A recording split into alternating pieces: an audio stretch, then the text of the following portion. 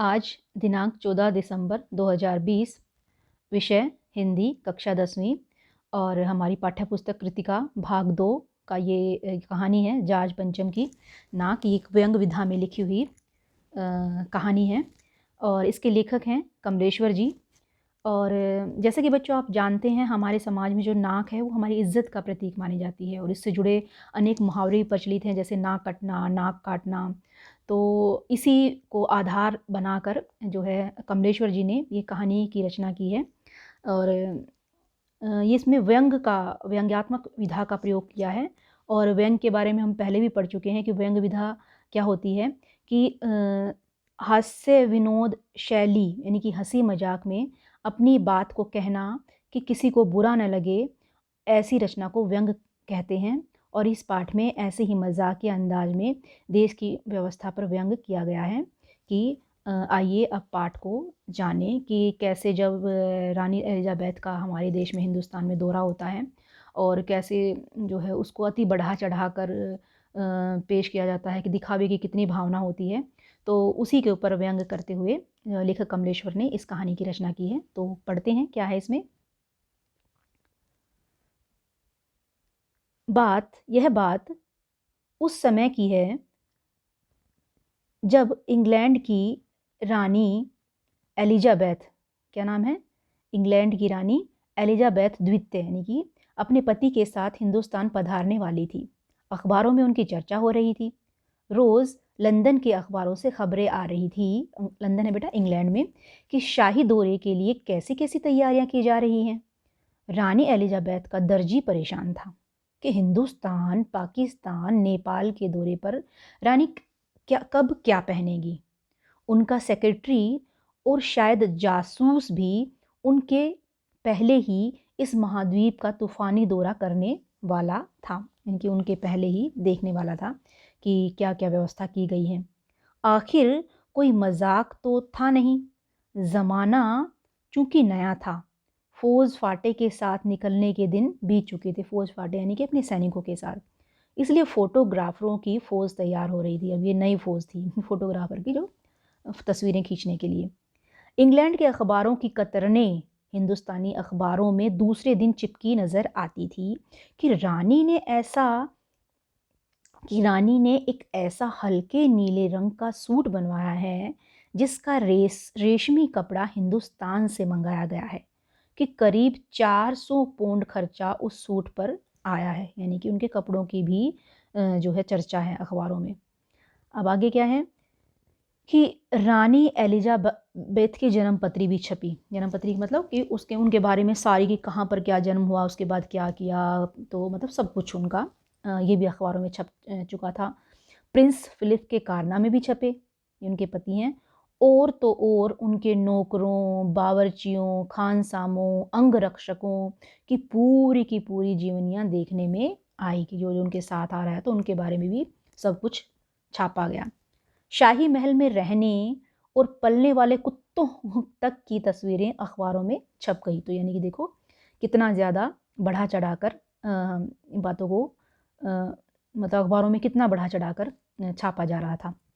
बड़ी धूम थी, बड़ा शोर शराबा था। शंख इंग्लैंड में बज रहा था और गूंज हिंदुस्तान में आ रही थी। इन खबरों से हिंदुस्तान में सनसनी फैल रही थी। राजधानी में तहलका मचा हुआ था। जो रानी 5,000 रुपये का रेशमी सूट पहनकर पालम के हवाई अड्डे पर उतरेगी, उसके लिए कुछ तो होना ही चाहिए।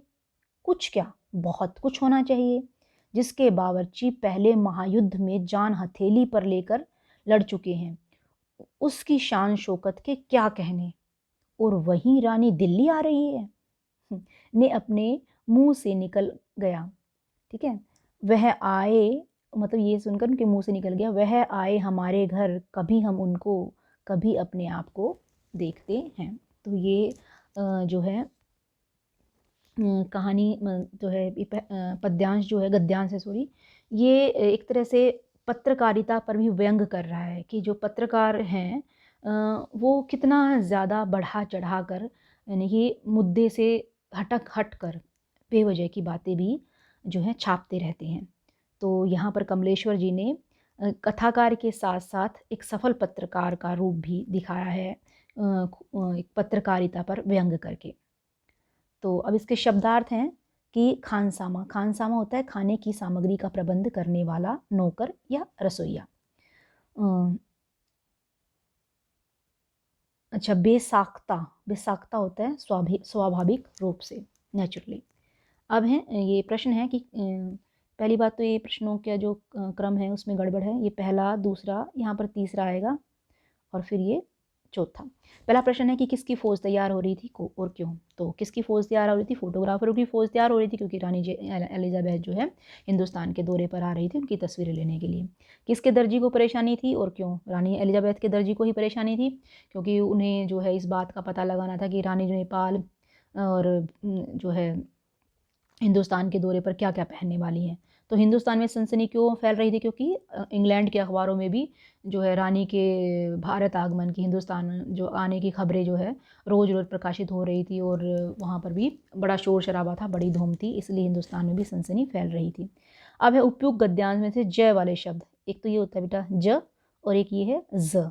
तो ये ज वाले शब्द इस गद्यांश में ढूंढने हैं और उनसे फिर वाक्य बनाने हैं। तो ये नीचे हम इनके उत्तर देख लेते हैं। पहला प्रश्न है कि किसकी फ़ौज तैयार हो रही थी? तो इसका उत्तर है कि इंग्लैंड की रानी एलिजाबेथ द्वितीय अपने पति के साथ हिंदुस्तान पधारने वाली थी, इसलिए फ़ोटोग्राफरों की फ़ौज तैयार हो रही थी। किस लिए? फ़ोटो खींचने के लिए, तस्वीरें लेने के लिए। तो दूसरा है कि दर्जी को क्या परेशानी थी? कि रानी किसको परेशानी थी? यानी कि रानी एलिजाबेथ के दर्जी को परेशानी थी कि रानी हिंदुस्तान, पाकिस्तान और नेपाल के दौरे पर कब क्या पहनेंगी।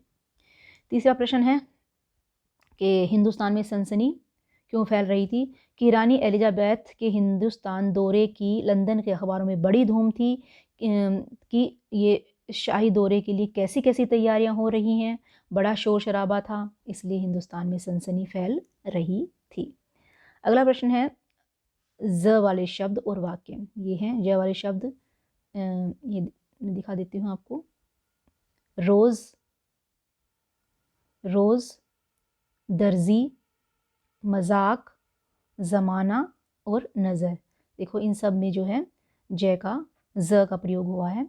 तो रोज़ आप अपनी मर्जी से भी बना सकते हो बेटा वाक्य, मैंने सिर्फ ये आपको आपकी मदद के लिए बनाए हैं कि रोज़, मैं हर रोज़ पढ़ने की कोशिश करती हूँ, ठीक है। और हमें हर रोज़ ही पढ़ने की आदत डालनी चाहिए या रोज़ का काम रोज़ करना चाहिए, ठीक है। आप अपनी तरफ से भी वाक्य बना सकते हैं। दूसरा है दर्जी, हमारे मोहल्ले का दर्जी बहुत ही बढ़िया सिलाई करता है, ठीक है। तो तीसरा है मजाक, कुछ लोगों को मजाक भी सहन नहीं होता। ज़माना, दादी जी से पुराने ज़माने की बातें सुनना मुझे बहुत ही अच्छा लगता है। नज़र, आजकल तो सबकी मोबाइल पर ही नज़र टिकी रहती है। और भी वाक्य बना सकते हो जहाँ तक नज़र जाती है जो है हरियाली हरियाली नज़र आती है, या रेगिस्तान में जहाँ तक नज़र जाती है रेत ही रेत दिखाई देता है। तो ये आज की वर्कशीट थी बेटा, वर्कशीट नंबर 67 और अब आप इसको जो है सोल्व कर लीजिए। और ये थी जॉर्ज पंचम की नाक, और जिसके लेखक थे कमलेश्वर जी। धन्यवाद।